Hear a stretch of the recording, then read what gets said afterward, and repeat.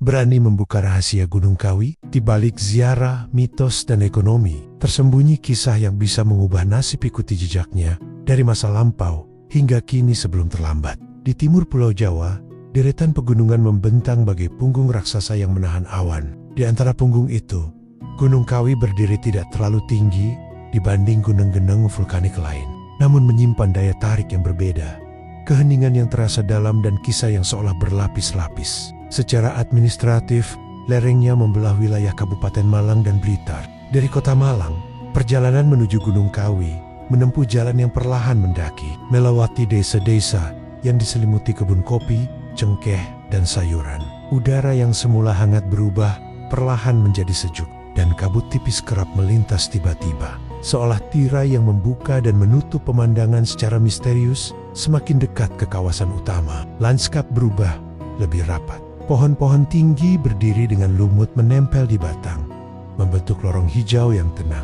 Jalan berkelok membawa pengunjung menyusuri punggung lereng, melewati gembitan-gembitan kecil di atas aliran air gunung yang jernih. Bunyi air itu berbaur dengan suara dedaunan yang digoyang angin, menciptakan musik alam yang konstan. Sesekali, di kejauhan, terlihat atap rumah panggung dan genteng merah, pertanda keberadaan permukiman yang beradaptasi dengan kemiringan tanah. Di sini, jarak antara rumah dan kebun seringkali hanya beberapa langkah. Kehidupan terasa dekat dengan alam, nyaris tanpa batas.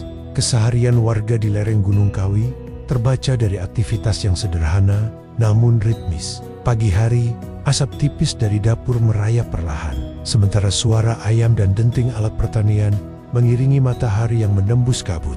Jalan setapak yang mengarah ke kebun menjadi jalur ramai, dilalui petani yang memanggul keranjang bambu. Di tepi jalan, beberapa warung kecil membuka pintu, menyiapkan kopi hitam pekat dan pisang goreng untuk siapa saja yang singgah. Saat siang datang, suhu tetap bersahabat. Embusan angin gunung membawa aroma tanah basah dan dedaunan yang dipanaskan cahaya. Keberadaan hutan di sekitar Gunung Kawi menjadi penyangga penting bagi ekosistem.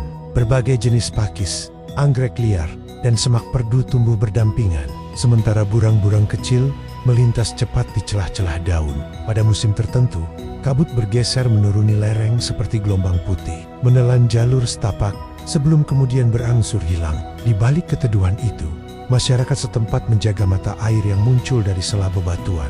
Mereka menyalurkan airnya ke sawah bertingkat dan rumah-rumah, sambil memegang kepercayaan bahwa air gunung perlu dihormati, dipakai secukupnya, tidak dibuang sembarangan. Keheningan Gunung Kawi bukan berarti tanpa kehidupan sosial. Di titik-titik tertentu, terutama mendekati area ziarah, denyut aktivitas meningkat. Pedagang bunga, dupa, dan buah duduk berjejer, menyapa setiap tamu dengan sapaan ramah. Bahasa Jawa bercampur dengan aksen pendatang dari berbagai daerah, menandai persilangan pengalaman yang unik. Meski demikian, ada batas tak terlihat yang dijaga bersama. Volume suara yang diturunkan, langkah yang diperlambat, dan sikap tubuh yang dibuat lebih sopan. Gunung ini mengajarkan tata cara tanpa harus memerintah, sekadar dengan suasana yang menuntun pada sahur hari. Langit memerah di balik garis pegunungan, menorehkan cahaya hangat yang memantul di genteng dan batang pohon. Udara kembali lembab, membawa dingin yang menggigit, namun menyegarkan. Lampu-lampu kecil menyala di warung dan rumah, menciptakan titik-titik cahaya yang bertaburan di lereng. Malam tiba dengan cepat. Bintang-bintang tampak lebih rendah, seakan mendekat ke pucuk-pucuk pinus. Dalam kegelapan yang diredam kabut, Gunung Kawi seolah menutup kembali rahasianya untuk sementara. Letak geografis yang berada di persimpangan jalur pertanian, ziarah, dan pariwisata menjadikan Gunung Kawi sebuah lanskap yang hidup. Ia bukan sekadar formasi tanah dan batu, melainkan ruang yang dihuni berbagai makna alam yang menyediakan, masyarakat yang mengelola, dan peziarah yang datang membawa harapan. Gambaran umum ini adalah pintu masuk untuk memahami perjalanan panjang Gunung Kawi. Bagaimana sejarah, keyakinan, dan kehidupan sehari-hari saling bertaut, membentuk karakter gunung yang tenang, bersahaja, sekaligus penuh pesona.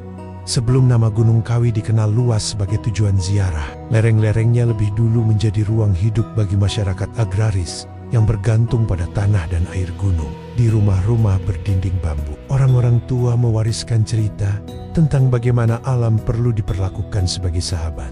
Mereka percaya Keberhasilan panen tidak hanya soal kerja keras, tetapi juga soal menjaga harmoni dengan roh penjaga hutan, mata air, dan ladang. Pada musim tanam, warga berkumpul di halaman desa, menyalakan dupa sederhana, lalu memanjatkan doa agar benih yang ditanam tumbuh tanpa gangguan hama. Musik gamelan kecil dan tabuhan kentongan mengiringi suasana. Sementara kepala desa memimpin rangkaian ritual dengan bahasa yang lembut, menyebut nama leluhur sebagai penuntun dan pelindung.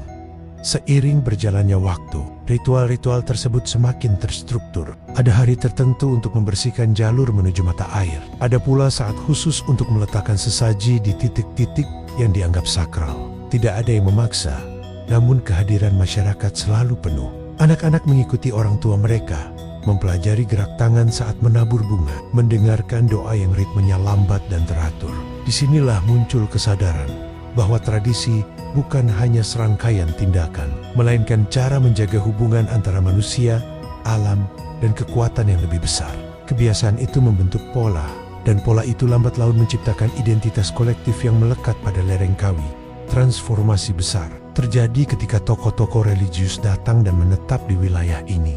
Mereka mengajarkan nilai-nilai baru, doa, etika hidup, dan semangat kebersamaan tanpa memutus akar tradisi yang telah ada. Sebaliknya, ajaran tersebut berbaur secara organik. Upacara yang sebelumnya diisi permohonan panen, kini dilengkapi dengan tahlil dan pengajian sederhana. Para tokoh itu tidak hanya dikenal sebagai pemimpin spiritual, tetapi juga sebagai penolong dalam kehidupan sehari-hari.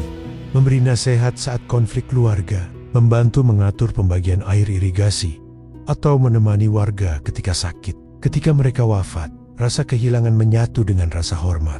Makam yang menampung jasad para tokoh itu mulai didatangi orang bukan untuk memuja, melainkan untuk mengenang keteladanan dan memohon keteguhan. Hati, kabar tentang tempat yang membawa ketenangan menyebar pelan, mengikuti rute para pedagang dan petani yang berpindah desa. Pada pasar minggu, obrolan singkat tentang keberkahan setelah berdoa di lereng gunung melahirkan rasa ingin tahu.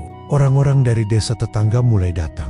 Mereka menempuh jalan setapak yang licin, membawa buah, bunga, atau beras sebagai bentuk syukur. Malam hari, obor-obor menyala di sepanjang jalur, menciptakan garis cahaya yang merambat ke puncak kecil.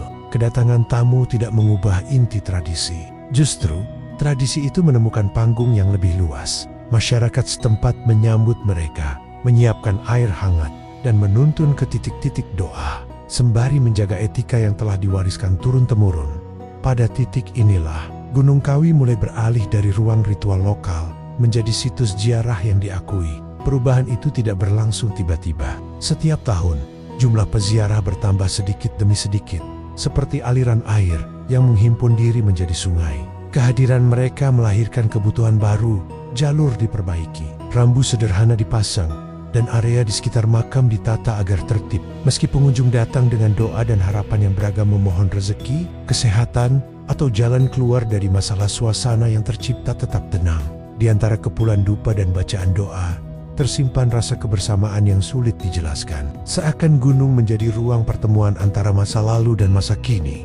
Namun, meluasnya ziarah juga menuntut kebijaksanaan.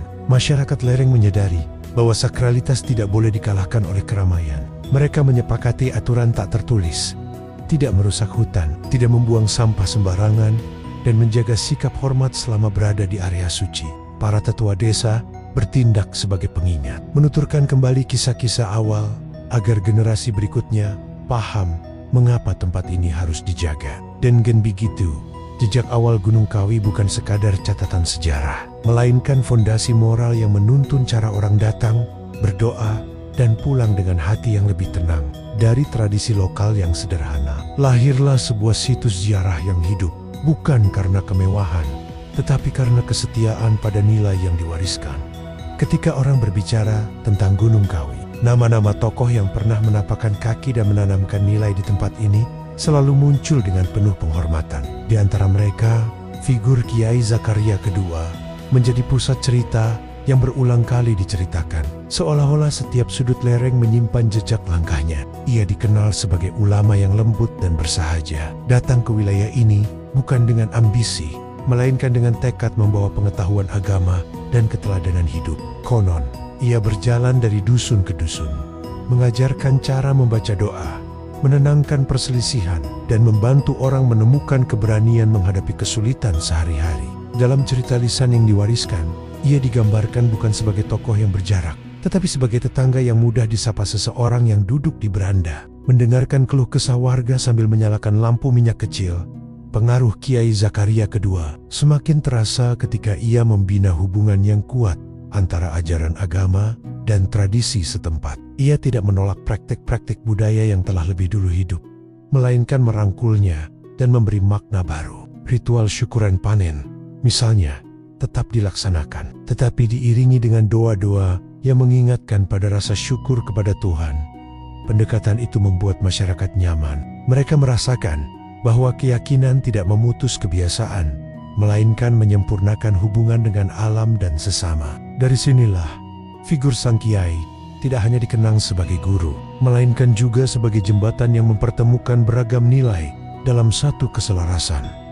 Ketika Kiai Zakaria II wafat, kesedihan menyelimuti desa-desa di lereng Kawi. Makamnya tidak dibangun mewah, namun lambat laun menjadi titik hening yang didatangi orang. Warga datang untuk berziarah, mengingat tutur kata yang pernah ia sampaikan, dan memohon keteguhan hati ketika menghadapi ujian. Cerita pun berkembang. Ada yang berkata bahwa doa di dekat makamnya terasa lebih khusyuk. Ada pula kisah tentang peziarah yang pulang dengan hati lebih ringan. Tidak semua kisah dapat dibuktikan, tetapi daya hidupnya justru terletak pada cara cerita itu menguatkan orang lain untuk berharap, berbuat baik, dan menjaga kejujuran dalam hidup. Selain Kiai Zakaria II, Gunung Kawi juga menyimpan kisah tentang tokoh-tokoh lain yang turut membentuk karakternya. Pada masa perdagangan mulai ramai, beberapa pengusaha Tionghoa datang dengan harapan sederhana, mencari ketenangan, memohon kelancaran usaha, dan menyambung silaturahmi dengan warga setempat. Salah satu kisah yang sering diceritakan adalah tentang pedagang yang hampir bangkrut, lalu berziarah ke Gunung Kawi dengan niat memperbaiki hidup. Ia pulang dengan tekad baru, lebih disiplin, lebih jujur, dan lebih peduli pada pekerjanya hingga usahanya pelan-pelan bangkit kembali. Kisah ini, benar atau tidak, menjadi simbol bahwa ziarah bukan soal mencari keajaiban instan, melainkan tentang mengubah cara memandang persoalan. Pertemuan antara tradisi Jawa, ajaran Islam, dan pengaruh Tionghoa melahirkan warna yang khas. Di area Peserian, kita bisa melihat lilin menyala berdampingan dengan bunga dan bacaan doa, menghadirkan suasana yang inklusif. Warga setempat belajar mengelola perbedaan dengan sikap hormat. Mereka percaya, selama niatnya baik dan tidak melewati batas, setiap orang berhak mendekatkan diri pada Tuhan dengan caranya masing-masing. Tokoh-tokoh yang pernah hadir di Gunung Kawi, baik yang dikenal namanya maupun yang hanya tersimpan dalam ingatan keluarga, menjadi teladan diam-diam tentang toleransi yang tumbuh dari pengalaman sehari-hari, bukan dari semboyan kosong. Di balik semua kisah itu, terdapat dimensi manusiawi yang kuat.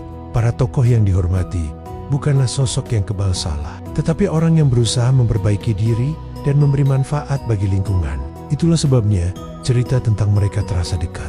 Seorang ibu yang datang berziarah membawa anaknya menceritakan bagaimana Kiai Zakaria II pernah menolong petani miskin, atau bagaimana seorang pedagang Tionghoa membangun jembatan kayu agar warga mudah menyeberangi sungai. Detail-detail kecil itu menyatukan kenangan dan membentuk imajinasi kolektif. Gunung Kawi adalah ruang tempat kebaikan dikerjakan secara pelan, konsisten, dan tulus.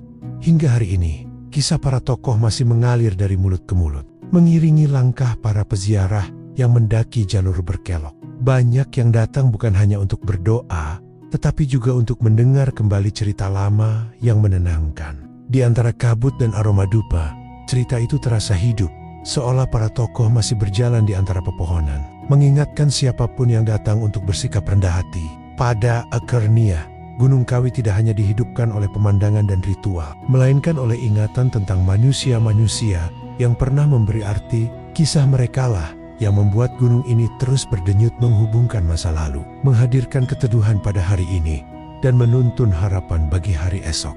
Di masa kolonial, lanskap Gunung Kawi mengalami perubahan yang pelan namun nyata. Jalur-jalur kecil yang sebelumnya hanya dilalui petani dan peziarah, mulai dipadatkan oleh langkah para pekerja perkebunan dan pedagang yang datang dari wilayah lain. Pemerintah Hindia Belanda melihat potensi lereng subur ini sebagai sumber komoditas kopi, cengkeh, dan kinayang dapat mengalirkan keuntungan ke pelabuhan-pelabuhan besar di pesisir.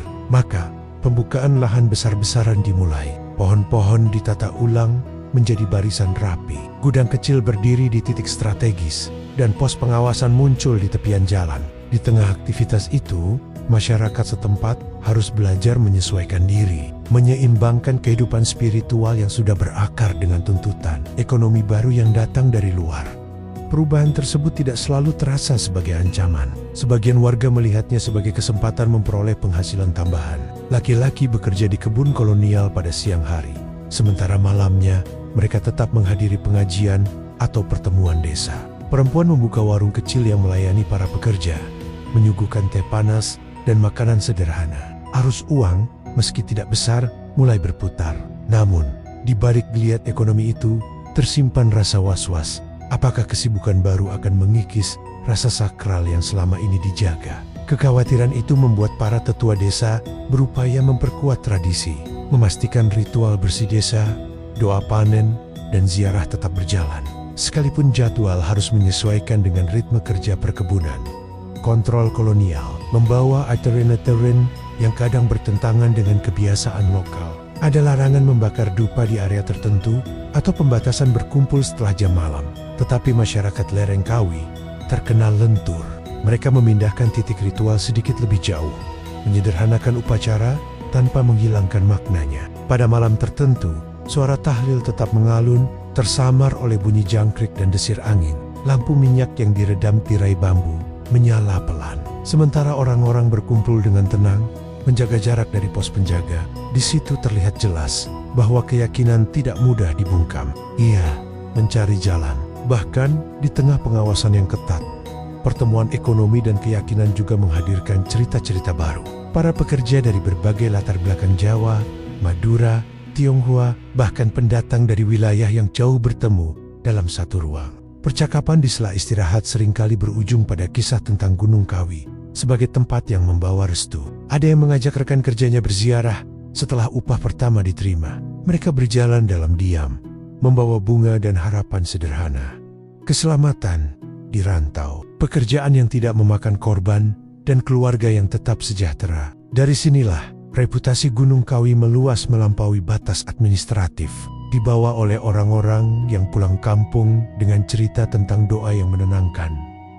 Di sisi lain, pengelola perkebunan menyadari bahwa ketenangan para pekerja turut mempengaruhi produktivitas. Mereka mulai memberi kelonggaran pada hari-hari tertentu, membiarkan para buruh menunaikan ritual tanpa gangguan. Keputusan pragmatis itu, tanpa disadari, menciptakan ruang kompromi. Ekonomi bergerak, tetapi spiritualitas tidak sepenuhnya ditekan. Pada momen-momen tertentu terutama, menjelang musim panen kita bisa menyaksikan pemandangan yang unik. Deretan keranjang hasil. Kebun berdiri berdampingan dengan tempat sesaji, seolah-olah keuntungan material dan doa saling menguatkan. Tentu tidak semua kisah berujung damai. Beban kerja yang berat, ketidakadilan upah, dan cuaca yang tidak menentu kerap menimbulkan ketegangan. Beberapa kali terjadi perselisihan kecil antara mandor dan pekerja atau konflik mengenai batas lahan. Dalam situasi seperti itu, tokoh-tokoh lokal kembali memainkan peran penting. Mereka menjadi penengah, mengingatkan bahwa amarah harus disalurkan dengan cara yang tidak merusak. Doa bersama di pesarean sering menjadi penutup perselisihan, simbol bahwa kepentingan bersama lebih besar daripada ego satu pihak. Perlahan, kebiasaan ini membentuk tradisi musyawarah yang bertumpu pada nilai religius dan kebijaksanaan lokal. Menjelang akhir masa kolonial, Gunung Kawi telah menjelma menjadi mosaik pengalaman. Lahan-lahan yang ditata Belanda menyimpan jejak eksploitasi, sekaligus peluang ekonomi. Jalur-jalur ziarah yang dipertahankan masyarakat menyimpan ingatan tentang ketabahan dan harapan. Pertemuan antara keduanya membangun kesadaran baru, bahwa sebuah tempat bisa memiliki banyak wajah, dan setiap wajah menyampaikan pelajaran. Di Gunung Kawi, orang belajar bahwa kerja dan doa bukan dua hal yang saling meniadakan. Mereka adalah dua arus yang, ketika mengalir berdampingan, menuntun masyarakat untuk bertahan menjaga identitas, merawat alam, dan menatap masa depan tanpa melupakan sejarah yang membentuk mereka. Setiap kali senja turun di lereng Gunung Kawi, udara menjadi lebih dingin, dan suara alam terdengar semakin jelas. Di saat seperti itu, ritual-ritual lama mulai mengalir dengan tenang, seolah menyatu dengan kabut yang perlahan menyelimuti pepohonan. Orang-orang datang dalam diam, membawa bunga, dupa, dan selembar doa yang telah disiapkan sejak rumah. Di tangga-tangga batu yang sedikit licin, langkah mereka tertib, menandakan rasa hormat pada ruang yang dianggap sakral. Tidak ada teriakan atau keramaian berlebihan yang terdengar, hanya bisik-bisik doa dan desir angin yang menyapu daun. Ritual di Gunung Kawi lahir dari perpaduan tradisi Jawa, ajaran Islam, dan pengaruh budaya lain yang pernah singgah. Sebelum doa dimulai, banyak peziarah menyiapkan sesaji sederhana, buah, air, atau nasi yang diletakkan rapi di atas tampah. Bagi mereka, sesaji bukanlah persembahan dalam arti memuja, melainkan simbol kerendahan hati, sebuah pengakuan bahwa rezeki datang dari Tuhan, melalui perantara alam yang harus dijaga. Setelah itu, lilin dinyalakan. Cahaya kecilnya menari di antara asap dupa, menandai harapan agar jalan hidup yang kadang gelap tetap mendapatkan penerangan. Di tengah ritual, bacaan tahlil dan ayat-ayat doa berkumandang pelan. Para tetua memimpin dengan suara bergetar, sementara orang-orang mengikuti dengan khusyuk. Ada yang menutup mata, ada pula yang menggenggam tasbih hingga jari memerah. Bagi sebagian peziarah, momen ini bukan soal meminta berkah dalam bentuk materi. Mereka datang untuk meminta keteguhan hati, kelapangan dada, atau keberanian menghadapi hari esok. Doa menjadi jembatan antara kegelisahan manusia dan ketentraman yang diharapkan. Ketika ritual selesai, wajah-wajah itu tampak lebih tenang, seolah beban yang dibawa dari rumah sedikit berkurang.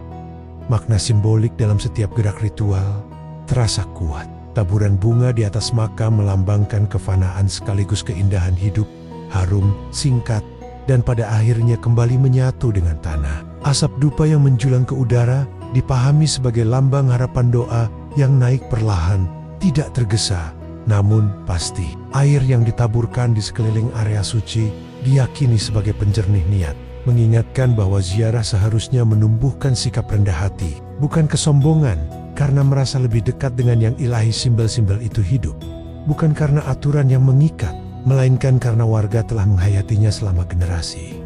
Ritual juga berfungsi sebagai pengikat sosial. Pada malam-malam tertentu, keluarga kaya datang bersama.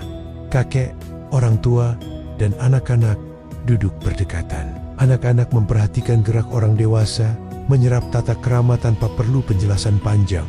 Seusai doa, mereka saling berbagi makanan sederhana, singkong rebus, teh manis, atau jajanan pasar. Percakapan ringan pun mengalir, membicarakan kabar saudara, musim tanam, atau rencana hari mendatang. Dengan cara itu, Gunung Kawi tidak hanya menjadi tempat ibadah, tetapi juga ruang pertemuan yang membangun rasa kebersamaan.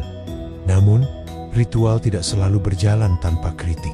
Ada yang menganggap beberapa praktik terlalu bercampur dengan tradisi lama.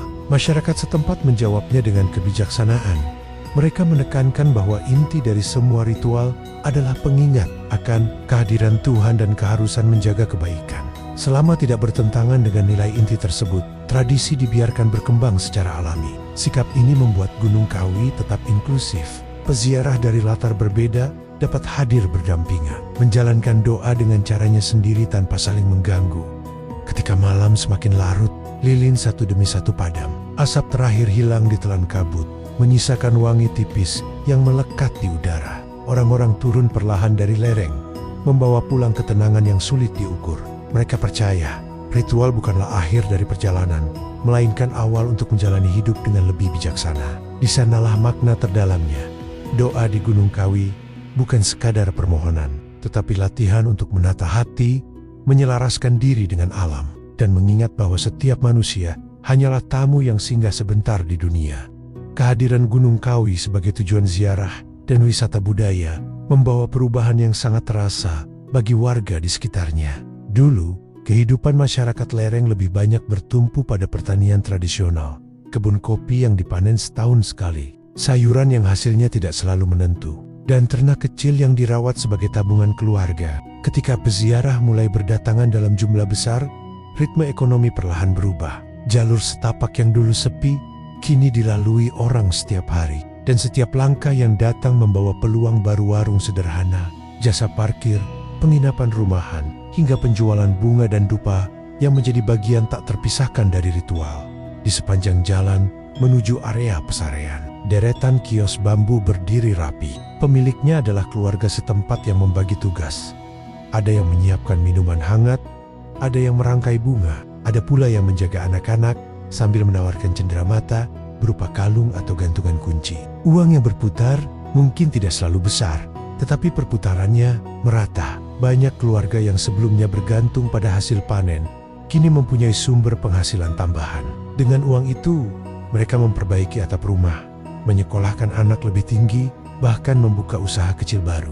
Perubahan tersebut terasa seperti lapisan harapan yang menempel perlahan pada kehidupan sehari-hari. Namun, ekonomi yang tumbuh membawa konsekuensi sosial yang perlu dihadapi bersama.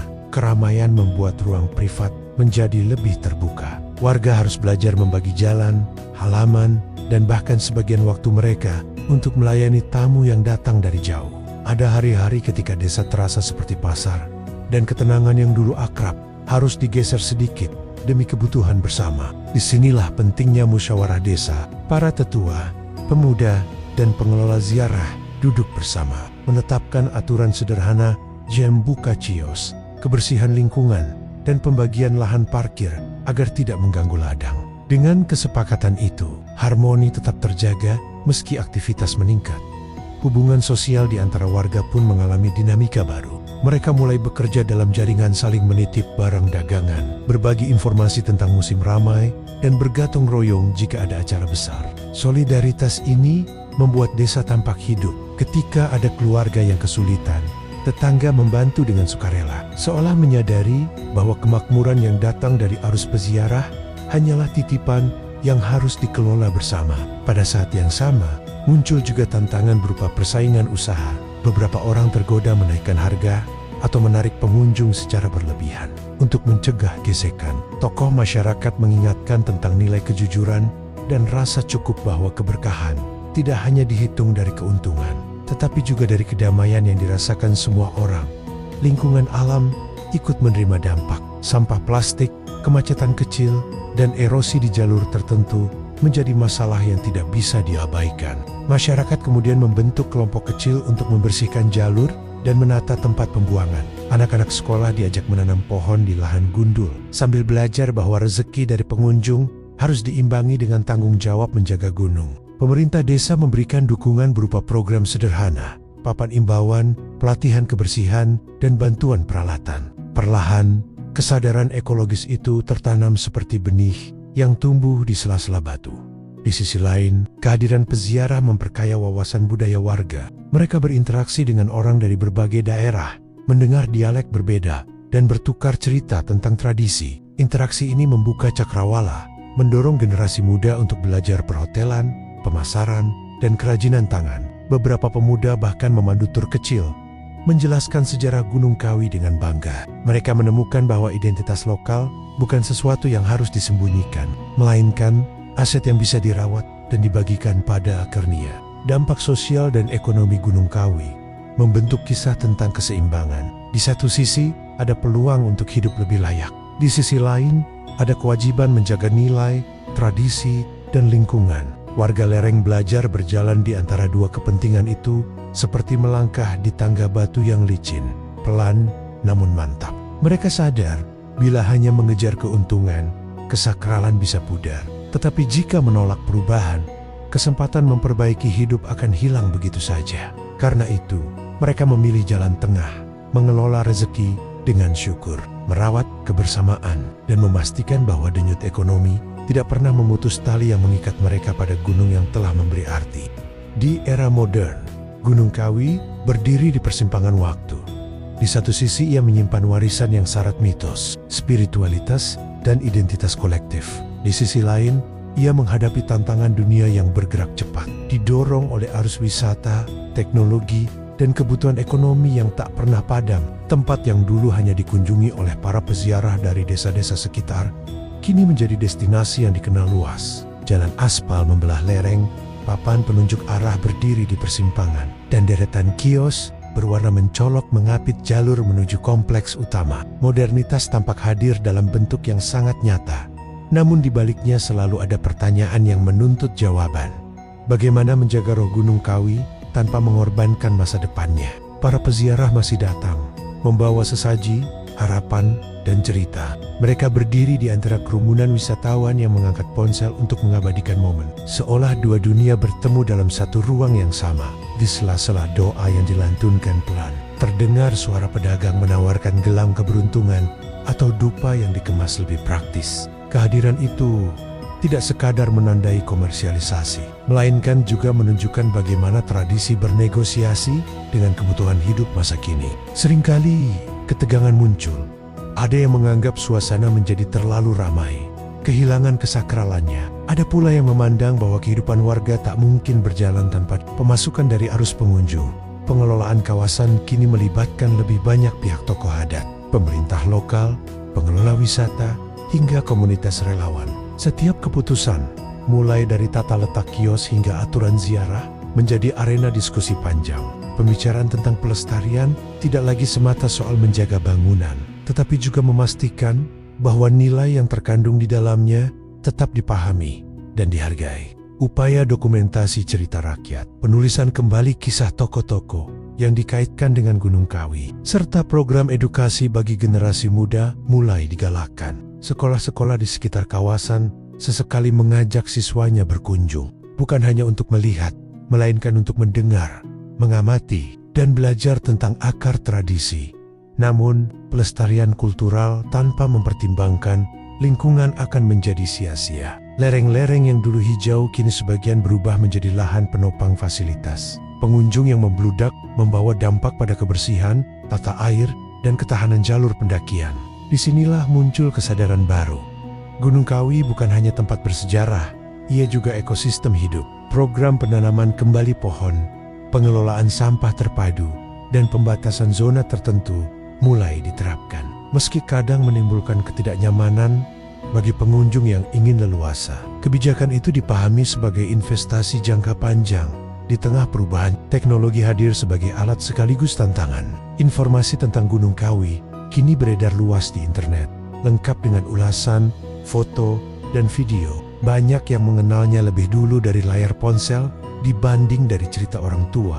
Ini membuka peluang edukasi, tetapi juga berisiko mereduksi pengalaman spiritual menjadi sekadar destinasi konten. Beberapa komunitas lokal mencoba menjembatani.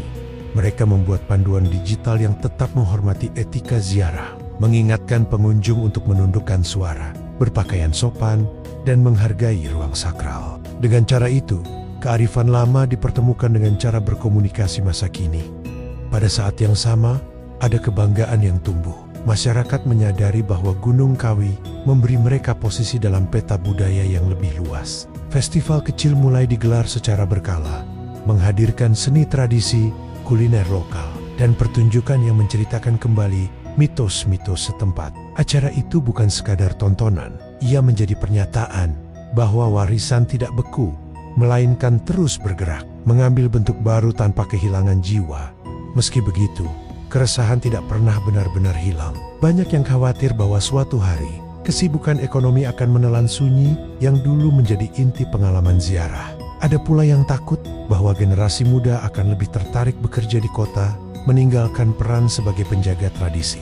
Pertanyaan tentang masa depan Gunung Kawi bergema di setiap pertemuan komunitas. Bagaimana membuat warisan ini relevan tanpa menjadikannya sekadar komoditas? Jawabannya mungkin terletak pada keseimbangan yang dirawat terus-menerus. Gunung Kawi, dengan segala lapisan maknanya, mengajarkan bahwa perubahan tidak selalu berarti kehilangan. Di antara kepulan asap dupa dan kilatan kamera, di antara langkah peziarah dan derap wisatawan, ada upaya senyap untuk menjaga cerita agar tetap hidup. Warisan bukanlah benda yang dipajang, melainkan hubungan yang terus dipelihara antara manusia, alam, dan keyakinan. Dan selama kesadaran itu dirawat, Gunung Kawi akan tetap berdiri bukan hanya sebagai situs ziarah, tetapi sebagai cermin perjalanan sebuah masyarakat yang belajar menyeimbangkan masa lalu dan masa depan